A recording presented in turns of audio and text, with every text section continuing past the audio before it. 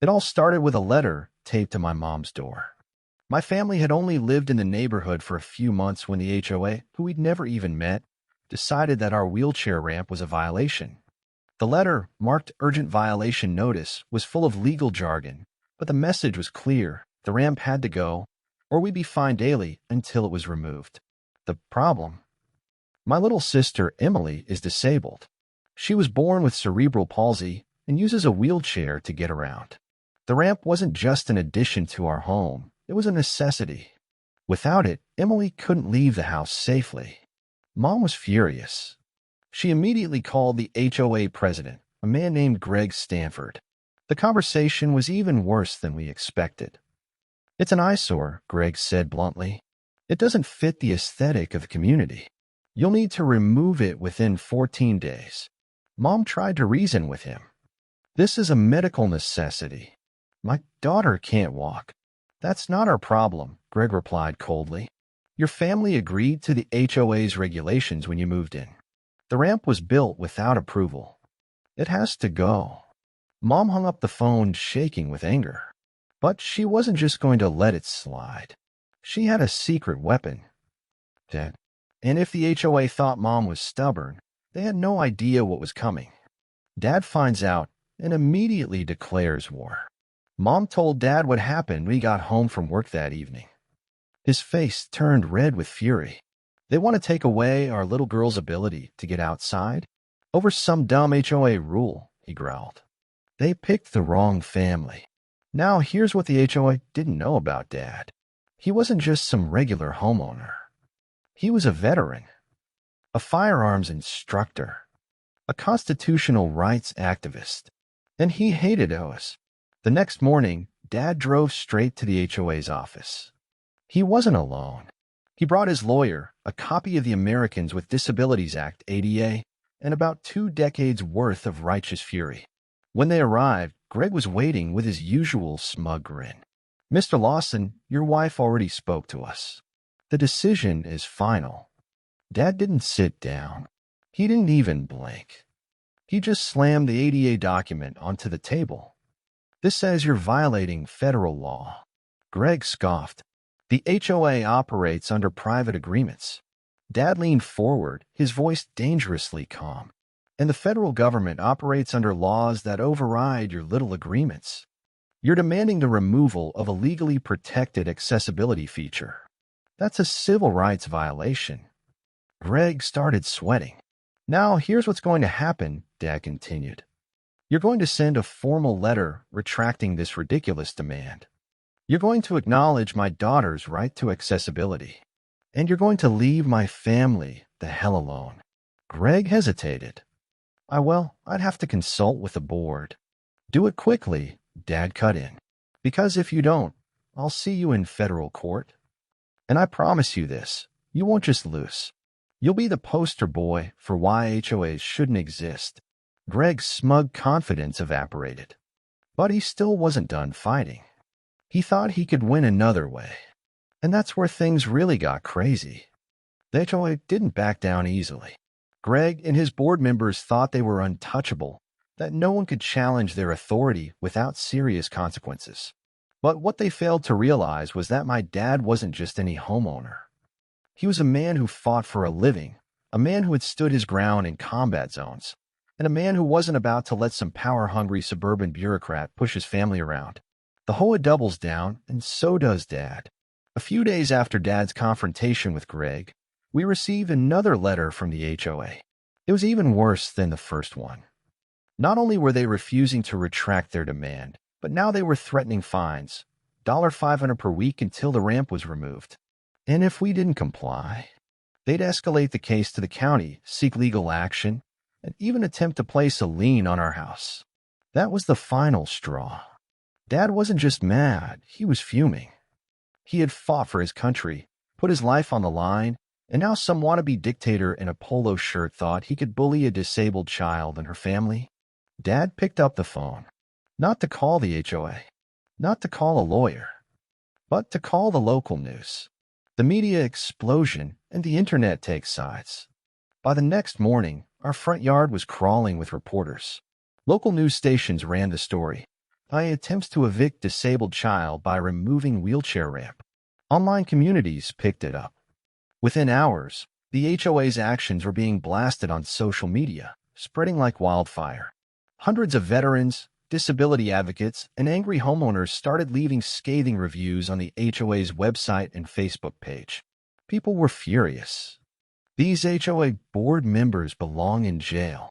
If you mess with a veteran's family, you get what you deserve. How heartless do you have to be to target a disabled child? Within 48 hours, Greg's phone was blowing up. Emails flooded his inbox. Sponsors started pulling out of HOA events. It was a PR disaster. And then it got even worse for them. Dad takes things up a notch and brings the law with him. While the HOA was busy trying to put out the media fire, Dad was busy preparing a legal inferno. He and his lawyer filed a federal complaint under the Americans with Disabilities Act, ADA. They weren't just suing the HOA. They were suing Greg personally. See, the HOA could claim it was just following the rules. But Greg? He was the one who made the decision to target a disabled child. He had no legal immunity, which meant he was personally liable. The moment he realized what was happening, Greg panicked. The HOA tries to call a truce, but it's too late. Greg showed up at our house 2 days later, looking like he hadn't slept in a week. He was visibly shaking as he handed Dad a new letter from the HOA board. It was a complete reversal. The wheelchair ramp was officially approved. The fines were revoked. A formal apology was issued. Greg tried to put on a fake smile. Mr. Lawson, there's no need for legal action. We've reconsidered. Let's just put this behind us. Dad just stared him down. Oh, we're not done, Greg. Not even close. Greg's face went pale. Because what he didn't know was that Dad had one last trick up his sleeve, and it was going to destroy the HOA for good. Greg thought he could smooth things over with a letter, but Dad had no intention of letting this go.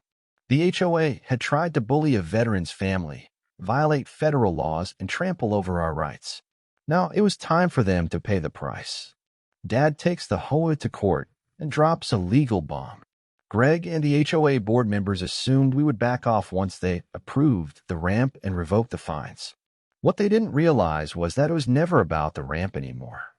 Dad was furious over how they had treated our family. And now he had a mission. He didn't just want to win a lawsuit. He wanted to end the HOA's reign of terror.